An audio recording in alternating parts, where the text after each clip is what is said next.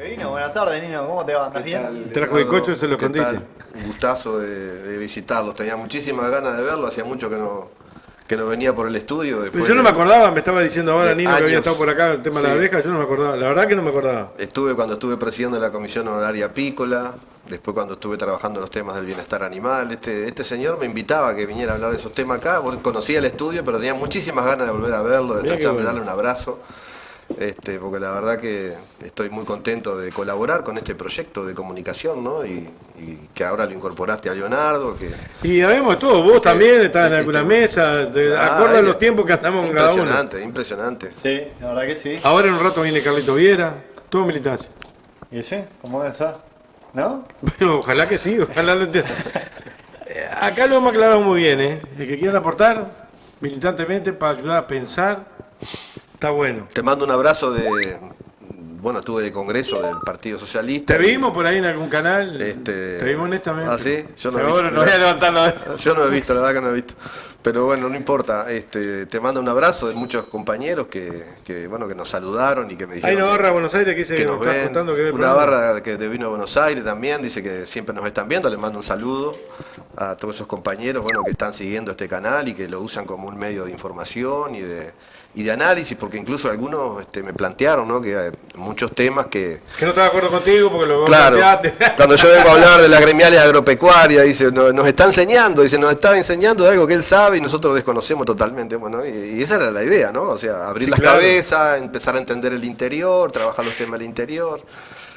Pero bueno, hoy estamos acá presentes y la verdad que la charla política es muy necesaria, ¿verdad? Es decir, nosotros venimos de un congreso que fueron de 2 días, se terminó el congreso, se votaron las rendiciones de cuentas, se votó un documento final y pasó el congreso. Pero la vida sigue y todos los días nos sorprendemos, ¿no? Con uno de los temas, ¿verdad? Definime antes de seguir con el tema del congreso. ¿Cómo es eso? Porque el jueves hay elecciones. Las elecciones se hacen el 7 de agosto. El 7 de agosto. Son 30 días después. Ahora se conformarán listas, se presentarán listas para integrar los distintos organismos del partido. O sea que Sibila quedó o no quedó. Va a ser candidato junto a otros candidatos, con otras listas que se podrán presentar y ahí se va a votar. O sea que ahora viene un proceso electoral donde hay que presentar las listas. Sigue la misma dirección actualmente hasta que haya la elección el 7. Hasta que exista la elección. 7 de agosto me quité. Sí, sí, un mes. Un mes.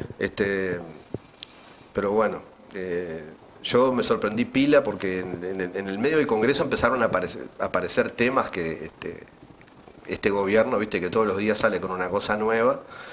Yo había planteado un tema ahí que me parecía que era interesante tratarlo hoy, ¿no? Que es el tema de esta confrontación que intenta hacer el gobierno, ¿no?, con todos los temas de la agenda de derechos que hay en la sociedad. Donde, bueno, tiene voceros como la senadora que varias veces han tratado el tema acá, la senadora Bianchi y otros herreristas, gente de Cabildo Abierto también. A nosotros nos parecía, bueno, que planteamos ese tema en el Congreso porque la agenda de derechos es parte de una confrontación de valores y de principios. Entonces, una sociedad que está, como pasa en muchos países, ¿no?, donde hay balotaje, la sociedad se va conformando en 2 grandes bloques, ¿no?, con una población en el centro, ¿verdad?, que hace un péndulo ahí según cómo le vaya la economía, según cómo le vaya lo social, según los valores, según los principios. Y esta política que está llevando adelante este gobierno, obviamente conservador en sus ideas, lo que está buscando es rascar en la bolsa del centro para arrimar agua para su molino, ¿verdad? Entonces, bueno, confrontan con todo lo que son las políticas por ejemplo, de género, lo que tiene que ver con la mirada sobre la seguridad, la mirada sobre la violencia, la mirada sobre un conjunto, bueno, todos los derechos vinculados a las poblaciones que tienen otras orientaciones sexuales. Y ha habido muchos intentos, ¿verdad?, de ese discurso antiderechos, ¿no?, que en realidad para mí es una política consciente que ellos están haciendo. Esto no es inocente, ¿no? O sea, están buscando a través de la disputa de esos valores arrimar gente de ese centro que pendulea ahí, arrimarlo, rascar y acumular hacia la derecha con esos temas. que el Frente yo creo que hizo muy bien, tenía mayorías parlamentarias, sobre todo en el segundo periodo de Pepe, bueno, que fue un periodo donde se acumuló en este sentido, en esta línea, con un conjunto de leyes, ¿verdad?, sobre el tema principios, valores y agenda de derecho. Y ellos, bueno, intentaron 2 plebiscitos, ¿no? Yo creo que el plebiscito del no a la baja es un plebiscito que tiene mucho que ver con principios y valores de cómo encarar los temas de la violencia. Y el plebiscito vivir sin miedo fue otro, ¿no? Que también tenía los temas de seguridad, que tiene de cómo enfocar los temas de la seguridad, temas de principios, temas de valores. Hicieron 2 intentos, digamos, de avanzar en su agenda conservadora en contra de la agenda de derecho que se había trabajado en los gobiernos del Frente Amplio. Y esos plebiscitos se ganaron ahí. O sea que hubo un proceso de acumulación, pero ese proceso de acumulación no está cerrado, porque se ganaron ahí y se perdió en muchos departamentos del interior, donde hoy sabemos, bueno, que el Frente tuvo muchas dificultades para conseguir una votación, bueno, que fue parte, digamos, de la pérdida del gobierno. Entonces la agenda de derechos para mí sigue siendo un elemento en disputa, y en disputa consciente. Y alimentan algunos ese discurso antivalores, y sigue con las cárceles, ese discurso antisindical, ¿verdad?, para minar lo que es el prestigio de las organizaciones sindicales, ¿no? Un discurso anti-FUCBAN, anticooperativismo y antifrente, obviamente, desde hace muchísimos años, ¿verdad? Entonces, yo creo que ahí hay un espacio de disputa con el gobierno que es muy conservador, y que nosotros, bueno, no podemos distraernos, porque te distraes un minuto y te atacan Villa Española, y miraste para el costado y te metieron en la rendición de cuenta la ley de medios, y por otro lado atacan la justicia, ¿no?, con fake news, intentando atacar al fiscal Díaz y hacer enredo con la mujer. Atacan la justicia con total desparpajo y atacan la institución de los derechos humanos, porque ahora quieren politizar la integración de la Comisión de Derechos Humanos en contra de lo que dice la ley, que tiene que ser a propuesta de las organizaciones sociales que se deben designar los cargos de la... Entonces el ataque es brutal hacia toda esa agenda. Sí, la idea, construida. tengo entendido, como que tienen una manera muy significativa de referirse, que es a la institución de zurdos humanos. Una cosa así le dicen en la jerga de la derecha, le tienden a decir así, porque claro, dentro de esto que vos planteás como la agenda de derecho, siempre se lo ordenaba a todos estos zurdos que están en esto, porque es la manera, así van como construyendo. Antes eran estos pichis, Exacto. ahora son estos zurdos, también los comunistas, ¿viste? Te van a llevar los botijas para Cuba, es todo en la misma bolsa. Quieren a la institución de derechos humanos meterlo por cuota política, de lo cual imagínate, o sea, yo estaba leyendo hoy que planteaba que integrara, por ejemplo, representantes de Cabildo Abierto. Claro. Que son, o sea, algunos de los representantes de Cabildo Abierto, no voy a decir todo porque uno no conoce la generalidad del partido, ¿no? Pero sabemos que es un partido militar y muchos de ellos tienen vínculo con militares golpistas, torturadores. Bueno, están haciendo una ley para liberar claro, a gente que está presa no tengo arena. porque robó niños. A ver, robó niños. Sí, sí. De eso estamos hablando, ¿no? Sí. Y otra diputada de Cabildo Abierto que presentó un proyecto de ley por el tema del lenguaje de género y no sé Sí, qué historia, el lenguaje inclusivo. ¿no? Sí, sí. Entonces, Ese de Canelones. hay una disputa que yo creo que hay que darle pelota. Hay que estar atentos y darle pelota y seguir ese debate en la sociedad, porque el ¿Qué es proceso de darle pelota acumulación... y qué es seguir ese debate y en dónde es el debate? En donde se dea, como decimos afuera, donde sea, donde se pueda, donde se presente, si es en el Parlamento, si es en los medios, si es en un proyecto de ley.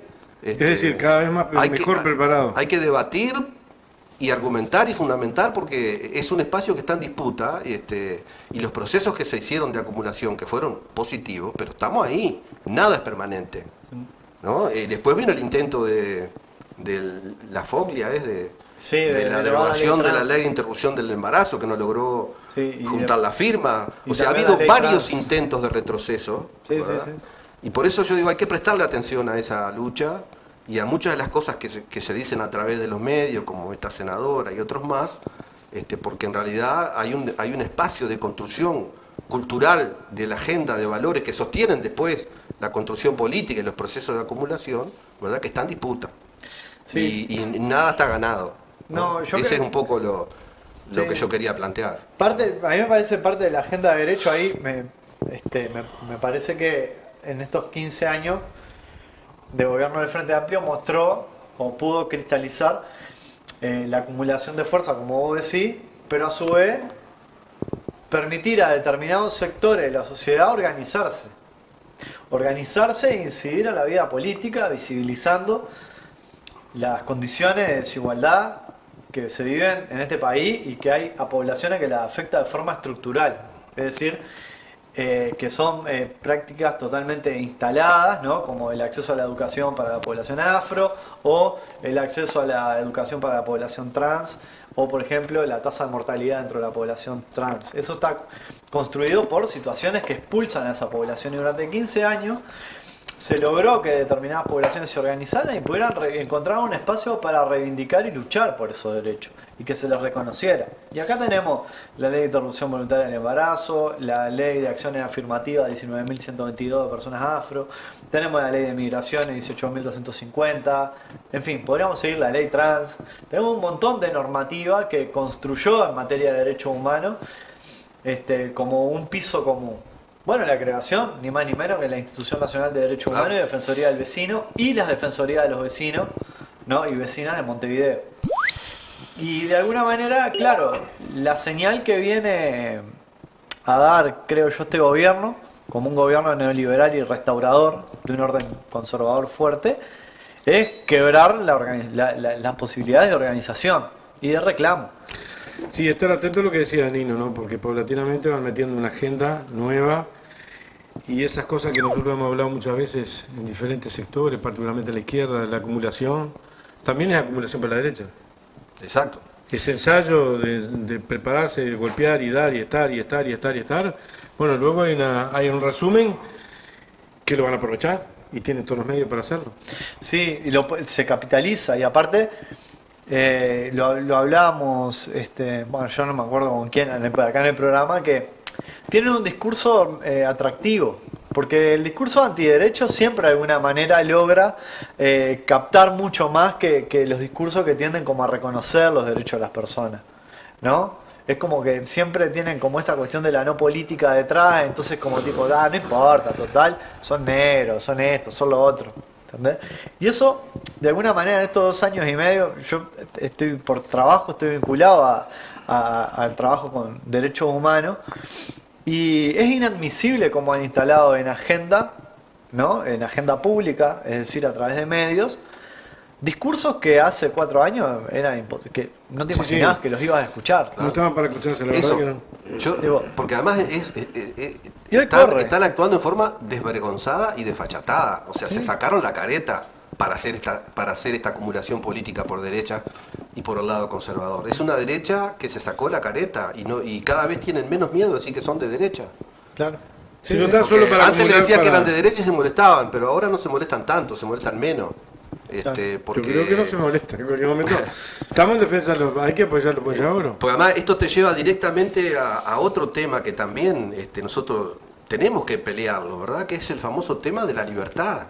Nosotros no podemos cederle la bandera de la libertad a la derecha, porque la libertad que concibe la derecha no es la libertad que concebimos nosotros.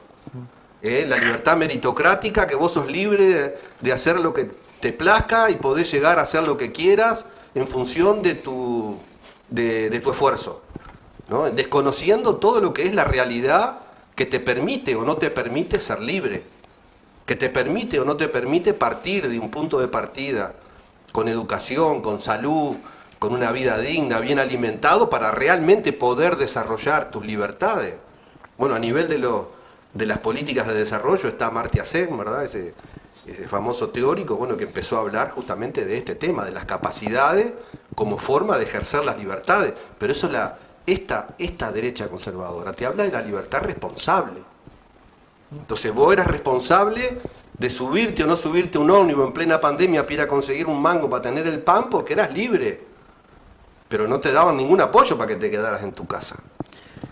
Estamos en un gobierno, ¿verdad? Que es un gobierno, para mí, oligárquico, ¿no? O sea, está gobernando para los grandes centros de poder económico, de los servicios, del comercio, del agronegocio, financiero.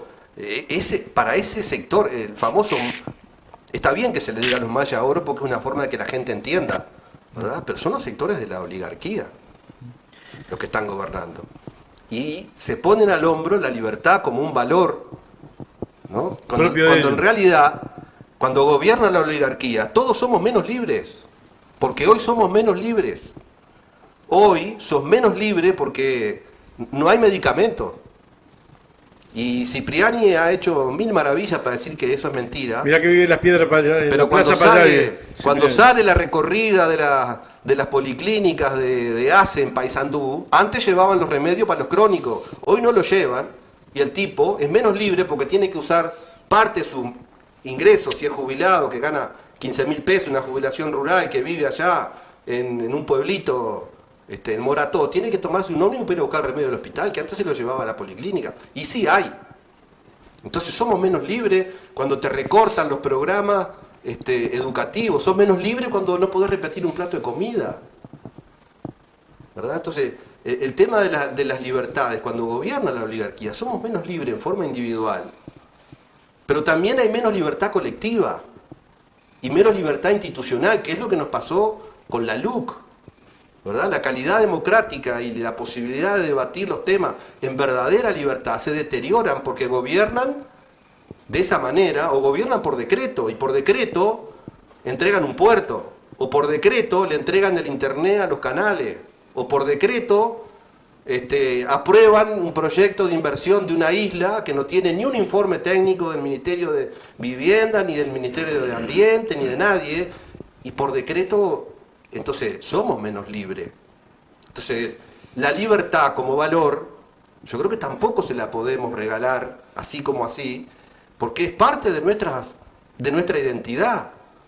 Somos libres en la medida en que construimos una sociedad que te permite ser libre y desarrollarte como persona, porque tenés derecho a alimentarte, a tener una educación, ¿verdad? Y eso creo que también es otro terreno en disputa que nosotros no podemos ceder en el debate, ¿no? Está enrabado esto de la libertad con también la imagen que se construye sobre la población y los colectivos de que como vos tenés la libertad y podés conseguirlo por tus medios, los que no lo hacen son todos unos zánganos, son todos unos sátrapas, unos vagos, no merecen. Están esperando que el Estado los ayude. Claro. Entonces, viste, a veces es importante, pero uno se queda pensando en cuánto de beneficio o cuánto aportó, ¿no?, el recorte de los planes sociales o de muchas prestaciones sociales del MIDE en relación a la cantidad de exoneraciones o a la capacidad o a las posibilidades que le brindan a la oligarquía de concentrar riqueza, porque en realidad el Estado nunca ha tenido tanto en estos últimos años tantos ingresos como ahora, y sin embargo lo que hay es recorte porque acá lo que hay que estar... Pero como decía Gargano, se equivocan siempre para el mismo lado. Bueno, eso ni que hablar. Siempre... Eso decía Gargano, qué raro, se equivocan siempre para el mismo lado, recortan siempre para el mismo lado y le abren la canilla. Claro. Lo mismo, fíjate los canales nomás. Tenían que empezar a pagar $800.000 por ahí por derecho de onda y todo, se lo exoneraron, ¿no? Entre los 3 canales, $2,5 millones. Y ahora le pagamos 3 millones para pasar los informativos en Vera TV. O sea que así de un plumazo 6 palos verdes para los canales. Claro. Entre lo que evitaron de pagar más lo que le pagamos, ¿no? Pero recortamos que no vayan a repetir la cocoa, ¿no? Que no vayan a repetir la cocoa en las escuelas porque... Y después tenés 7.400 adolescentes que van a una institución educativa y presentan déficit alimenticio. ¿Entendés? Esa es la realidad de del gobierno que no solo, o sea, tiene un estilo económico de gobernar que lo sabemos, sino también viene bajado con una construcción de cómo tiene que ser la sociedad, ¿no? Que condene, o sea, en los estratos medios meter como esta cuestión de condenar a todo aquel que es una persona que por un motivo o por otro no puede acceder. Pues no es que la gente no lo hace porque no quiere, la gente no puede porque hay condiciones que hacen que no puedan acceder a las cosas. Y a eso es lo que me refiero cuando digo que hay condiciones estructurales. A ver, si te recortan el salario, te recortan las jubilaciones y aumenta la inflación, hoy somos menos libres de comer que antes. Pero sin duda. El acceso a los alimentos es mucho menor que antes. Entonces tenemos menos libertad. Entonces, ¿podemos regalarle la bandera de la libertad a este gobierno conservador? No podemos regalarle la bandera de la libertad. Y todavía le echan culpa a una guerra, ¿verdad? Que la disfrazan, ¿no? Porque no dicen que es una guerra capitalista.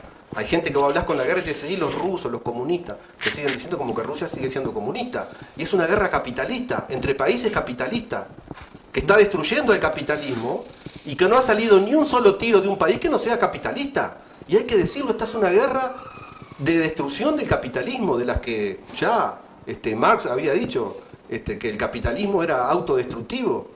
Y parecen procesos de destrucción creativa. Viste que cuando se habla de la innovación, ¿no? La innovación dice que son procesos de destrucción creativa, porque una innovación destruye todo lo anterior.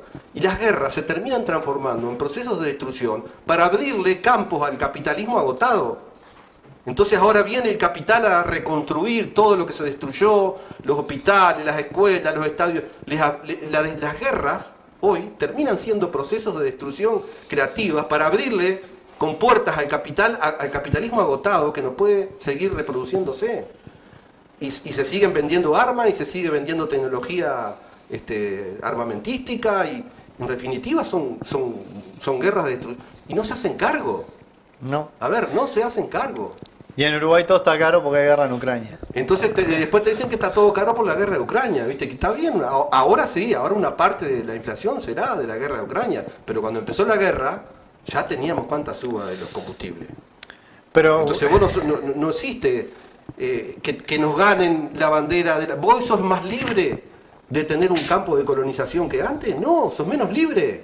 Porque colonización, como parafraseando al presidente, se terminó. Se terminó colonización, no existe más. Cuando se acabe la plata que quedó y los campos que quedaron comprados, no existe más. Sos menos libre hoy de acceder a un campo de colonización que antes. Sí, son menos libres cuando va y presentaba una queja frente al gobierno y una senadora de la República pide un informe de actuación a la persona que estableció una denuncia.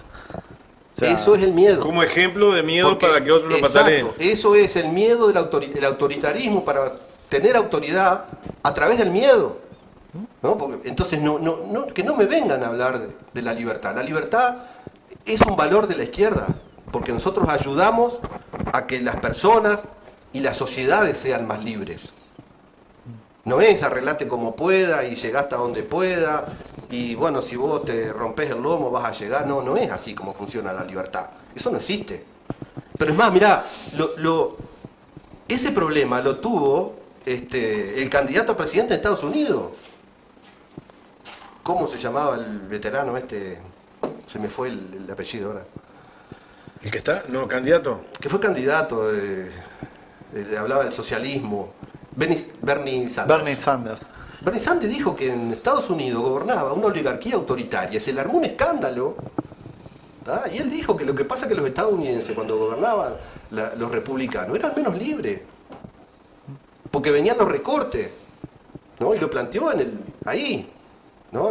Y permitimos que gobiernos conservadores te hablen de libertad cuando no pueden, en el caso de Estados Unidos, con la libertad ni con la democracia de sus países, porque todos sabemos lo que pasó con el Capitolio, un presidente que no quería entregar el poder, todo lo que tiene que ver con el racismo, lo que tiene que ver con las migraciones, ¿verdad? Es decir, no se hacen cargo que las migraciones se producen por la explotación que hacen los imperialismos de sus países. Si no, no existirían las migraciones. Ayudar a los países a desarrollarse y no le chupe la sangre a través de las venas abiertas de Latinoamérica, como decía Galeano. Entonces son responsables de las migraciones y cuando llegan los matan encerrados en un camión y los dejan morir de hambre. y sin aire, sin oxígeno, dentro de un camión, ¿no? Y no se hacen cargo. Entonces nosotros tenemos que debatir estas cosas, no nos pueden avasallar con mentiras, porque son mentirosos, son los dueños de la mentira. Y utilizan todas las redes y todos sus medios de comunicación para instalar las mentiras e ir creando esa contracultura, ¿verdad?, conservadora en la cabeza de la gente y rascando de ese centro, ¿no?, y acumulando con ese discurso conservador si nosotros nos callamos la boca. Por eso estos temas tenemos que debatirlos y tenemos que tener argumentos y tenemos que estar firmes y fuertes para estar donde se esté debatiendo ese tema y defendiendo lo que hay que defender. Ya dijo Citarrosa, mentiroso de profesión desde que vino Hernandaria. Sí, lo que pasa es que a mí me parece que a veces en la disputa por derecho y como esta cuestión de ver, porque de alguna manera van construyendo como una agenda cultural. Contracultural, sí. Contracultural progresista. Y van pegando. Claro. Y es la más difícil de ver. Porque es cuando, esto que yo decía hace 4 años, era inadmisible pensar o que determinados discursos estuvieran instalados en la agenda pública. Y hoy están. Por ejemplo, que vos veas carteles de carácter religioso en contra del aborto en la vía pública. Que están por Avenida Italia, o sea, acá en la Ruta 1, que tienen acceso a la Ruta 1 también, o sea, que tienen información que no es cierta, también, interbalnearia. Y eso hace 3, 4 años era impensable. Ahora está ahí. Y es como un actor silente, ¿no? Porque está como en silencio ahí y no dice nada. Pero cuando te querés acordar, te están metiendo un proyecto de ley. Vos mencionabas que desapareció, yo no me acuerdo, y a Figliola, no me acuerdo ni cómo. Figliola. Sí. La Figliola. La Figliola, que estuvo en contra de la ley trans, también quiso promover un cosa para derogar la ley trans. Y así se van presentando ante la prensa o ante el discurso público como cosas aisladas. Como que son cosas que no tienen que ver. La migración, por ejemplo, es una. La migración en estados como Estados Unidos, o sea, siguen extendiendo las prácticas de colonización hacia el continente americano, exteriorizando el control migratorio. Estados Unidos exterioriza el control migratorio, es decir, invierte dinero en estados de Centroamérica para que funcionen de tapón a la migración, para que la gente vaya quedando, ¿no?, en cuenta gota en los distintos países, ¿no? Entonces, de alguna manera también ellos van revirtiendo y no van nunca retirando esa relación colonial que tienen con esos países, porque de alguna manera están metidos adentro, claro. Pero a su vez van mostrando la problemática como que es un problema bueno, es la gente que se va. No es la gente que se va. Es la gente producto de un sistema capitalista que expolió al mundo entero, sobre todo al Gran Sur, ¿no? Expolió al mundo, tejió relaciones de colonialidad con ese mundo, los explotó por un orden racial, ¿no? Pero todo eso parece ser que no. ¿Y ahora quiénes se tienen que hacer cargo? Bueno, se tienen que hacer cargo ustedes. Nosotros no. Y encontró una oligarquía nacional a través de la cual también desarrollaron esa política imperialista, claro. ¿Verdad? Exacto. Entonces acá vemos los temas. Que muchas veces afecta a las burguesías. Y hay sectores de las burguesías que se ponen en contra del proyecto, ¿verdad? Porque el poder es tan concentrado y cada vez más, ¿no?, que al final termina afectando a veces los intereses de clase de la propia burguesía. Y a veces ahí se encuentran aliados para desarrollar estrategias, digamos, de acumulación para de repente acceder a un gobierno y revertir determinadas políticas. Porque realmente se apoyan en estos cada vez más concentrados poderes económicos en los distintos sectores de la economía de la sociedad, ¿no? El sector agrario, el sector industrial, el sector del comercio, el sector de los servicios, el sector financiero, ¿no? Esos son los grandes aliados y que después en determinado momento hasta terminan afectando a la propia burguesía. Sí, bueno, en Estados Unidos siempre un factor determinante en la política, en las elecciones, ¿no?, en el discurso político, más allá del económico y del nacionalista, es qué se hace con las migraciones.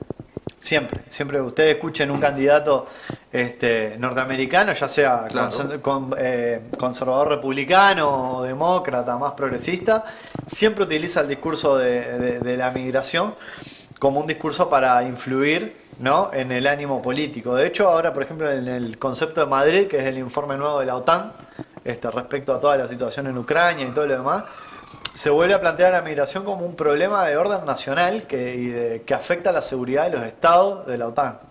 O sea que básicamente lo que dice es que de alguna manera hay que trabajar en el desarrollo de las condiciones en los países de orígenes para que eso no suceda, que eso no es desarrollar las potencialidades que los países tienen para retener a su población, sino básicamente construir cerca y reprimir y matar gente, como pasó en Melilla. Acá en Melilla no, acá en la aviación civil, sino en Melilla, España, Marruecos. ¿No?